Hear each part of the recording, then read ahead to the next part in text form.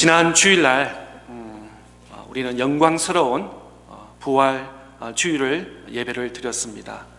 그리고 오랜만에 주님을 기억하면서 예수 그리스도의 십자가, 나를 위해서 십자가 죽으시고 부활 성천하신 우리 주님을 기념하면서 기억하면서 또 함께 은혜로운 성찬식을 1년 만에 오랜만에 함께 나누었습니다. 또 지난 1년 동안을 돌아볼 때 개인적으로부터 가정, 국가적으로 또 교회도 많이 어려웠습니다. 아직도 가끔가다 목사님들하고 타주에 있는 목사님들하고 교제를 나누면 아직도 지역마다 틀리겠지만 온라인 예배로 계속 드리는 그런 교회가 많이 있는데, 특별히 우리 교회 하나님께서 은혜를 주셔서 또 우리 이렇게 함께 예배 드릴 수 있어서 정말 하나님께 감사합니다. 지난 4월 3일 크리스찬 타임스 신문 기사에 제일 앞면에 크게 기사가 나서 눈에 들어와서 함께 나눕니다. 질문이 뭐냐면, 교인들은 대면 예배에 대해 무엇을 가장 그리워하나? 우리 현장 예배 지난 1년 동안 교회마다 또 지역마다 다 틀리지만 온라인 예배를 드렸기 때문에 현장 예배 드리지 못하는 그에 대한 질문에 성도들이 이렇게 답을 하고 있습니다. 24%는 성찬식에 참여해서 너무 감격스럽다. 24%. 또 23% 성도들은 예배 전 그리고 예배 후에 교인들하고 서로 교제하는 그런 것에 현장 예배에 감사했다.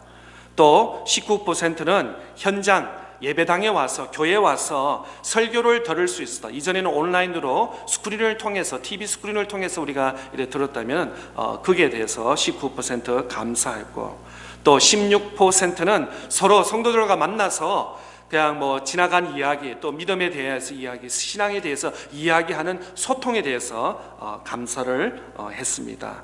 또 15%는 찬양, 또 우리가 온라인으로 컴퓨터로 찬양을 우리가 들을 수도 있지만 교회 나와서 예배당에 나와서 함께 성도들하고 목소리를 내어서 함께 찬양한 그게 15%를 감사를 드렸습니다. 그 외에 목회자와 만남, 새로운 성도들의 만남, 주일학교, 소그룹, 성경공부, 봉사, 기도회 여러 가지 이런 교회 사역들을 기록하고 있었습니다. 참으로 1년 동안 개인뿐만 아니라 교회적으로도 많은 변화와 또 새로운 적용이 1년 한 해 동안 있었던 것을 우리는 볼 수 있습니다. 기독교에서 가장 중요한 사건이 또 중요한 날이 바로 지난 주일날 우리의 부활절이었습니다. 부활. 그런데 부활 잘못 우리가 하면은 부활절 하나의 당일 행사로 끝나고 다 잊어버리고, 자 이제부터는 십자가에 대해서 또 예수 그리스도 나를 위해서 죽으심에 대해서 부활해서 더 이상 이야기하지 않고 온전히 종로주일이라든지 사순절이라든지 부활절만 하는데 사실 그렇지 않습니다. 부활하시고 예수님께서 바로 성천하시지 아니하시고 제자들과 또 많은 무리들에게 40일 동안 머무르셔서 마무리 사역, 또 마지막 제자들에게 또 사람들에게 당부의 말씀을 하신 것을 우리는 기억되고 있습니다. 성경에서 특별히 40일이 굉장히 40일 자체가 굉장히 귀합니다.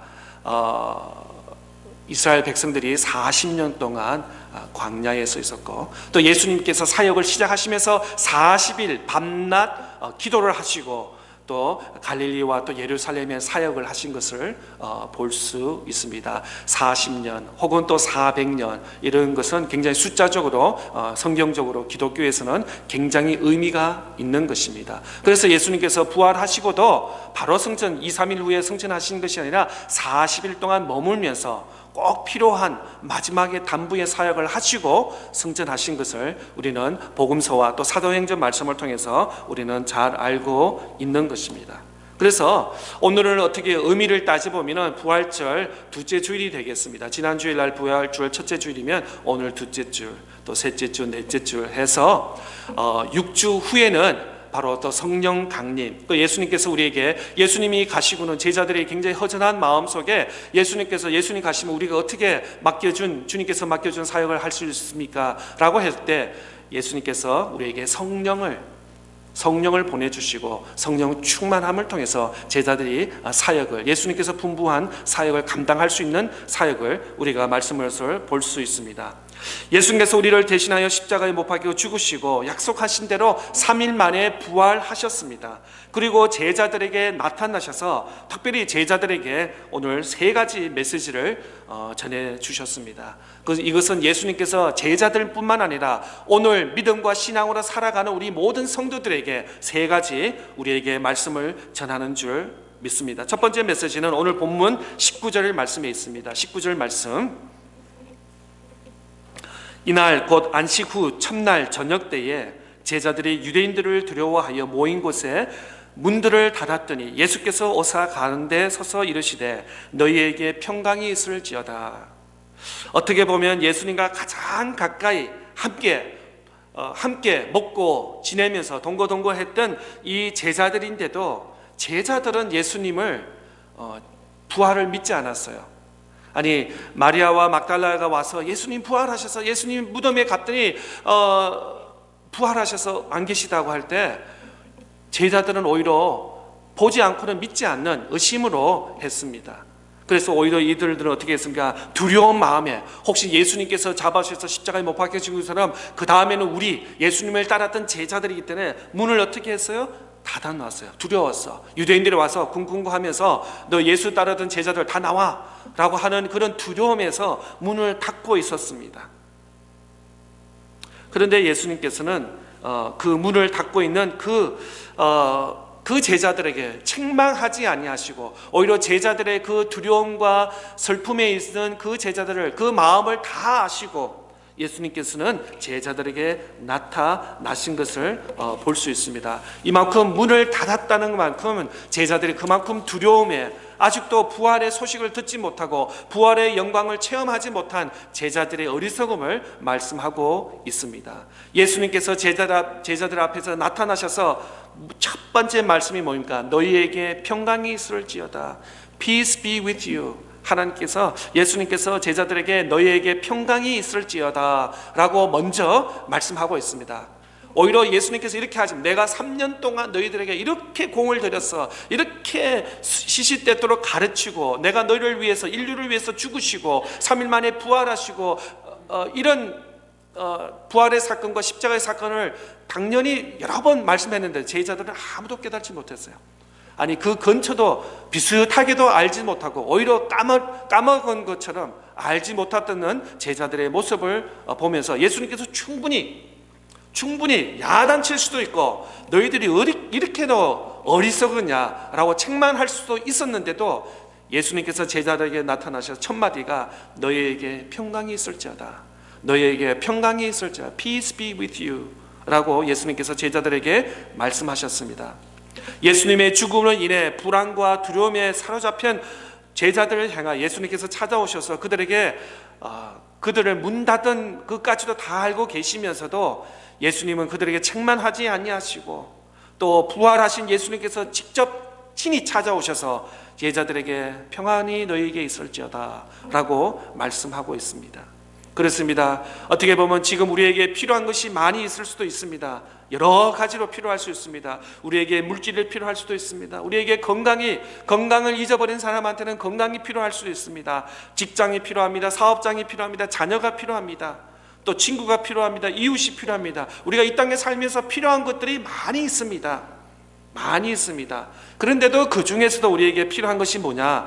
주님께서 허락하여 주시는 평강이 우리에게 더더욱 필요할 줄 믿는 것입니다. 세상의 모든 것을 가지고 있다고 하더라도 내 마음에 평강이 없으면 아무 소용이 없습니다. 우리가 세상에 살면서 돈이 없어서 걱정하고 힘들어할 수도 있습니다. 그런데 반면에 돈이 너무나 많아서 너무 넘쳐서 잠에 잠을 못 자요. 혹시나 내 뱅크에 누가 해킹을 하지 않을까, 아니면 우리 집에 있는 어떤 귀중품을 누가 또 내가 밤 사이에 잠을 조는 안에 조용히 와서 또 가져가지 않을까. 너무 또 물질이 풍성하면은 잠을 또 잘 못 자요. 없어서도 힘들고 또 너무 많아서도 힘들 수도 있는 것입니다. 그렇습니다. 물질에 상관없이 우리에게 뭐가 필요하면 주님 주시는 평강이 우리에게 필요하는 줄 믿습니다. 두려워하고 무서워하는 제자들뿐만이 아니라 오늘을 살아가는 우리 모두에게 주님이 찾아오셔서 우리에게 말씀하십니다. 내가 너희에게 평강을 주노라. 우리에게 평강이 있어야 되는 것입니다. 우리의 어떤 실제적으로 나의 현실보다도 뭐가 있든지 없든지, 물질이 있든지 적든지, 건강이 있든지 없든지, 우리 가정의 자녀들의 문제가 있든지 어떤지 아무 관계없이 주님께서 내 안에 평안을 주시면 평강이 있을 때 우리가 매일매일 하루의 삶을 승리의 삶으로 살 수 있을 줄 믿는 것입니다. 예수님께서 유대인으로부터 두려움에 사로잡혔던 제자들에게 너희에게 평강이 있을지어다 라고 첫 번째 메시지를 전해주시는 것입니다.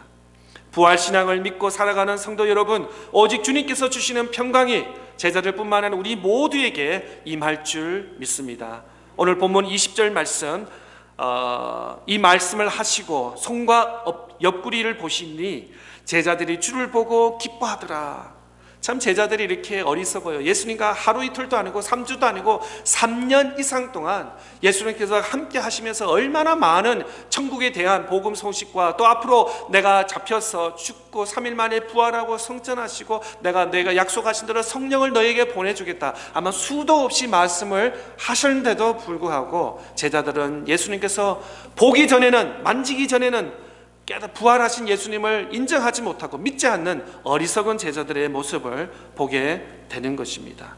그래서 예수님이 할 수 없이 찾아 나셔서 평강이 너희에게 있을지어다 라고 하고 손과 옆구리를 보여주시면 나야, 나 지난 3년 동안 함께 지냈던 나야, 예수야, 하나님의 아들 예수 나야 라고 직접 보여주실 때, 그때서야 제자들이 보고 주님인지 예수님인 줄 알고 기뻐하셨다라고 말씀 기록하고 있습니다.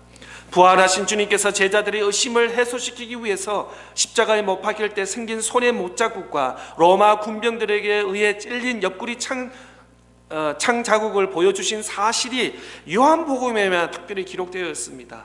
다른 복음서에 기록되지 않고 요한복음에만 예수님께서 평강이 있을지어다 라고 제자들에게 나타나시고 손과 옆구리를 보여주셔서 창을 보여주신 것을 볼 수 있는 것입니다.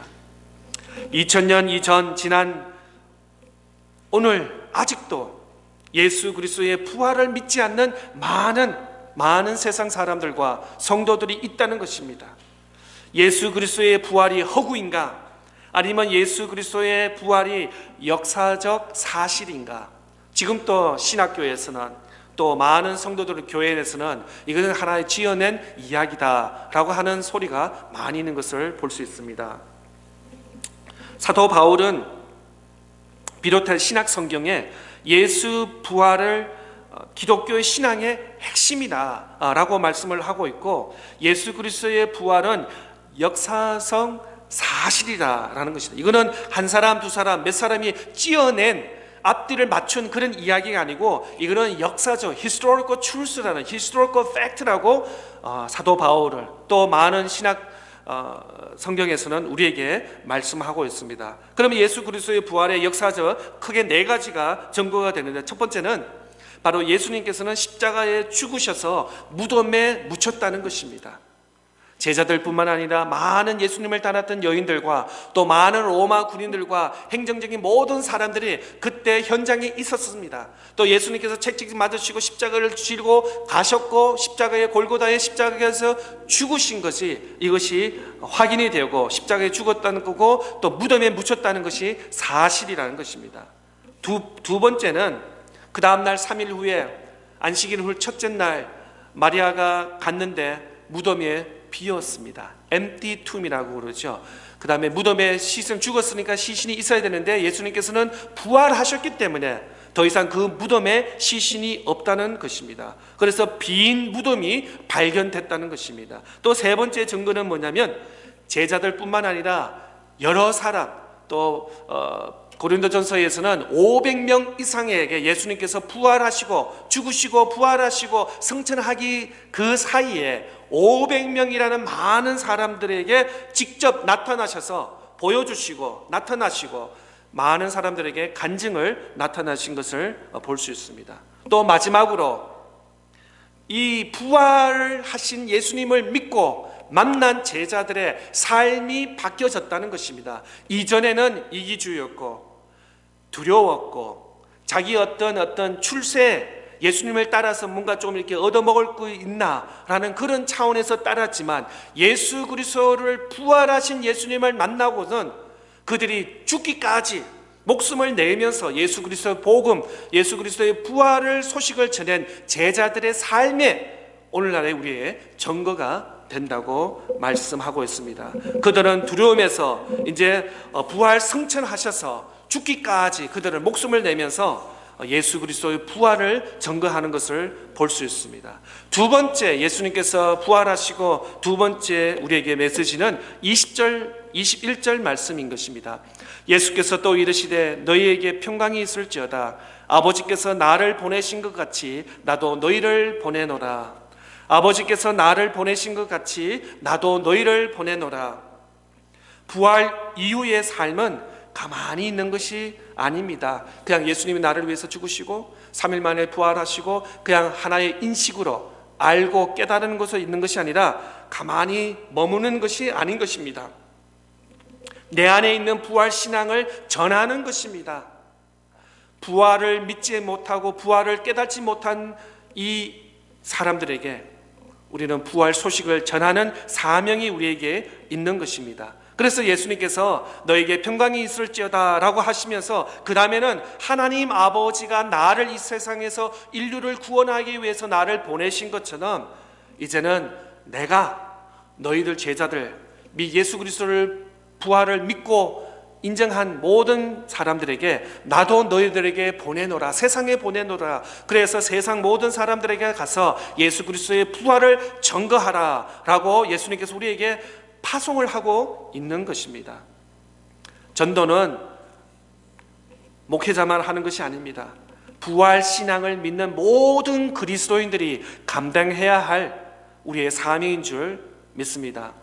꼭 우리가 멕시코와 저 남미에 멀리 가서 복음도 전해야 되지만 우리가 지금 생활 속 우리 가정에서 우리 가족들 중에 아주 믿음을 부활을 믿지 않은 예수 그리스도를 부활 신앙을 믿지 않는 그에게 또 우리 친지들이라든지 우리 이웃에게라든지 우리 직장 동료라든지 나랑 같이 함께 일하는 사업장에서 일하는 사람이라든지 이런 가까이서부터 우리가 복음을 예수 그리스도의 부활의 소식을 우리가 전해야 될 줄 믿는 것입니다.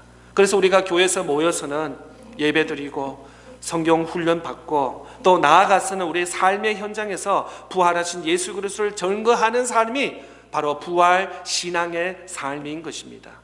마지막으로 세 번째 메시지는 22절, 23절의 말씀에 기록되어 있습니다. 이 말씀을 하시고 그들을 향하사 숨을 내쉬며 이르시되 성령을 받으라. 너희가 누구의 죄든지 사하면 사여질 것이요 누구의 죄든지 그대로 두면 그대로 있으리라 하시리라. 요즘은 코로나 이전과 이후의 세상을 나누고 있습니다. 그만큼 코로나가 미국뿐만 아니라 전 세계에 영향을 미치고 있는 것을 우리는 다 보고 있습니다. 개인의 삶과 국가의 삶 모두가 코로나로 통해서 영향받지 않는 분야가 없을 만큼인 것입니다.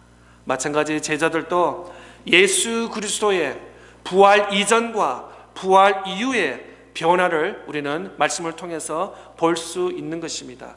예수 그리스도의 부활을 경험하지 못한 제자들은 늘 두려웠습니다. 자기 몸을 사렸습니다. 어떻게 하면 자기의 출세길에 조금이라도 도움이 될까라고 이렇게 계산적으로 생각했지만 부활하신 예수님을 만나고는 모든 두려움이 사라지고 오히려 그 제자들 마음속에 담대함이 있었습니다. 이제는 복음을 위해서 외칠 수도 있었습니다. 아니 복음을 위해서 죽기까지도 할 준비가 되었던 제자들의 모습을 바라보게 되는 것입니다. 이래서 부활이 굉장히 중요합니다. 우리가 성경을 여러 번 읽고 성경의 어떤 지식을 많이 안다 하더라도 부활하신 예수님을 만나지 못하고 부활 신앙이 없으면은 우리는 그냥 지식으로만 성경의 말씀, 신앙에 대해서 아는 밖에 되지 않는 것입니다. 그래서 반드시 우리는 부활하신 예수님을 믿고 우리 그 신앙이 우리의 삶 속에서 적용될 때 반드시 부활의 승리, 부활 삶의 신앙이 우리의 삶 속에서 나타나는 줄 믿는 것입니다. 부활 이전의 제자들의 모습은 두려움과 실패투성이었습니다. 그러나 예수님 없이 제대로 하는 것이 하나도 없습니다. 둘을 짝지어서 전도를 보냈는데도 전도가 되지 않습니다. 아픈 사람을 위해서 중보 기도하는데도 귀신이 쫓겨나지 않고 있습니다. 다시 한번 예수님이 가서 다시 한번 중보 기도했더니 귀신이 쫓겨나는 일이 있었습니다. 그냥 제자들은 부활 이전의 모습들은 그냥 실패, 또 모든 것이 실패투성이었습니다. 제대로 하는 예수님의 손길이 가지 않으면 하나도 되지 않는 그런 모습이었습니다. 그런데 놀라운 것은 예수님께서 이제 앞으로 승천하시고 제자들에게 이 복음의 대전도와 선교의 사명을 맡겨주셨다는 것입니다. 어마어마한 도전인 것입니다. 어마어마한 리스크가 있다는 것입니다. 혹시나 예수님께서 모든 사역을 했는데 제자들이 하다가 그냥 중간에 멈추면 어떻게 될까? 또 제자들이 어떤 실력과 모든 것이 좀 부족해서 도중에 복음의 전파가 멈추면 어떻게 될까? 아마 여러 가지 염려도 있었을 것입니다. 그런데 예수님께서 마지막 세 번째 메시지는 성령을 받아라, 성령을 받아라 라고 말씀을 하고 있는 것입니다. 성령이 무엇입니까? 바로 예수 그리스도 안에서 새로운 삶, 예수 그리스도의 영적인 생명인 것입니다. 또한 성령은 힘인 것이나 두나미스, 다이나마이트, 힘인 것입니다. 능력인 것입니다. 새로운 사역에 필요한 것이 바로 힘과 능력이 필요한 것입니다. 이전에도 제자들은 둘직지어서 전도를 하러 갔지만 이전에는 성령이 없었습니다. 성령의 능력이 그에게 없었습니다. 부활을 알지 못하고 부활하신 예수님을 만나지 못했기 때문에. 그러나 지금은 부활하신 예수님을 만났고 또 하나님께서 성령을 허락하여 주셔서 성령을 받으라고 말씀하셨기 때문에 이제는 그들에게, 제자들에게 능력과 힘이 있어서 예수님께서 부탁하신 사역들을 감당할 수 있는 입장이 된 것입니다. 요한복음 14장 17절 말씀에 이렇게 기록되어 있습니다. 그는 진리의 영이라 세상은 능히 그를 받지 못하나니 이는 그를 보지도 못하고 알지도 못함이라. 그러나 너희는 그를 아나니 그는 너희와 함께 거하심이로 또 너희 속에 계심이라. 이렇게 예수님께서 앞으로 승천하시고 제자들을 그냥 그대로 놔두지 아니하시고 성령 하나님을, 성령이 너희와 함께 하신다고 약속하여 주시고 성령을 우리에게 보내주시는 것입니다. 이 성령이 너희와 함께 거하시다. 그냥 잠시 왔다가 어떤 가르쳐 주시고 잠시 또 가는 것이 아니라 항상 우리와 함께 하신다는 것입니다. 예수 그리스도 부활 신앙을 깨닫고 믿는 우리에게는 하나님께서 성령을 우리에게 부어주신 줄 믿습니다. 성령이 우리와 함께 하십니다. 그래서 우리는 두려울 필요 없습니다. 걱정할 필요 없습니다. 하나님께서 약속하신 대로 성령이 우리 안에 함께 하시기 때문에 우리에게 때로는 맡겨진 큰 돌처럼 벽처럼 높은 앞에 위험 부담이 있다 하더라도 능히 우리가 그 일들을, 사역들을 감당해 나갈 수 있는 힘과 능력을 하나님께서 주시는 줄 믿는 것입니다. 이 성령이 너희와 함께 임함이라. 예수님은 구약에서 예언하신 것처럼 우리 죄를 대신하여 십자가에 죽으시고 약속하신 대로 부활하셨습니다. 그리고 두려움 속에 있는 제자들에게 나타나셔서 첫 번째로 너희에게 평강이 있을지어다. 그리고 아버지께서 나를 보내신 것이 나로 너를 보내노라 파송하셨고 또 우리에게 사명과 사역을 할 수 있도록 또한 우리에게 성령을 우리에게 보내주셨습니다. 부활은 하나의 절기로 끝나는 것이 아닙니다. 부활 신앙, 부활 믿음으로 우리는 매일매일 사는 것입니다. 주님 주시는 평강을 누리며 우리에게 맡겨주시는 사역을 감당하며 또한 성령을 받음으로 우리는 부활 신앙을 전하며 부활의 삶을 살아야 되는 줄 믿는 것입니다. 이 부활의 기쁨, 이 부활의 소망, 이 부활 이후의 메시지가 우리 모두에게 임할 줄 믿습니다.